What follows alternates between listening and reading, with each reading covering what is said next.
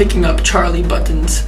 About to get him to say, welcome to the late Parsha show. Hopefully, because I didn't really ask him yet. Okay, Charlie, can you do me a favor? Yeah. Can you look at the camera and say, welcome to the late Parsha show? Welcome to the late Parsha show. Alright, thank you. This week's Torah portion is Parsha's boy. It's kind of like boy, but more like how a wicked witch would say it. Come here, little boy.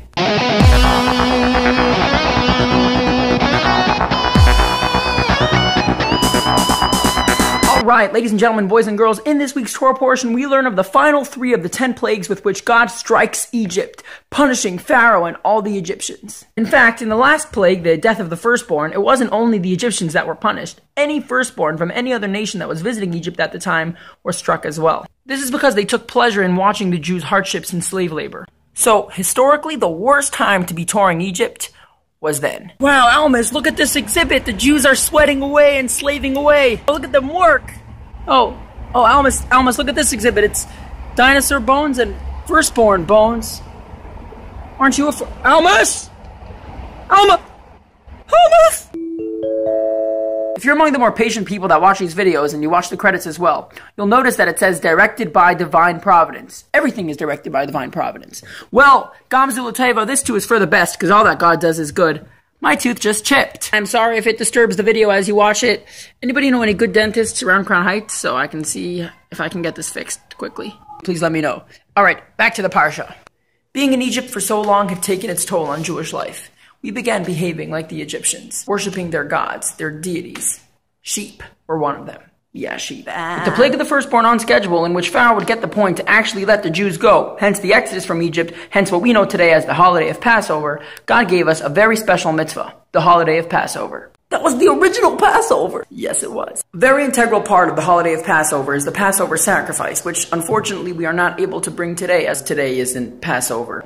And because we do not have a temple, but we'll see. We'll have a temple by Passover, God willing. Well, the details of this Passover offering sacrifice are in this week's Torah portion. In the original Passover.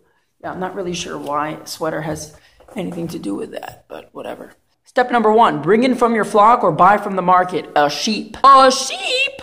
You know we serve those here in Egypt. Yeah, the Passover offering was to be with a sheep. And 4 days before even bringing this offering, they were to bring the sheep into their homes, tie it to a bed, and keep it there for 4 days. So I already said it was 4 days before.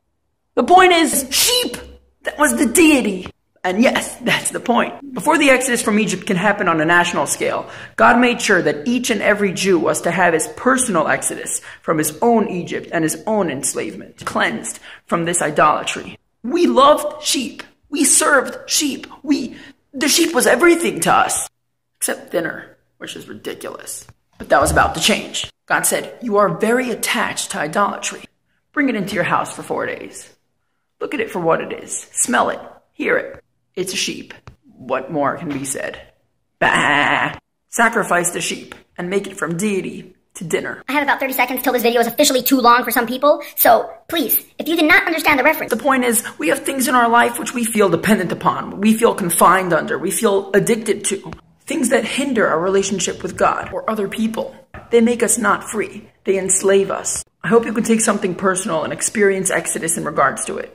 Break the chains. Leave the limit of your personal Egypt. Free yourself from the enslavement to that thing or that idea or, yeah, again, your choice. Experience your personal exodus within exile.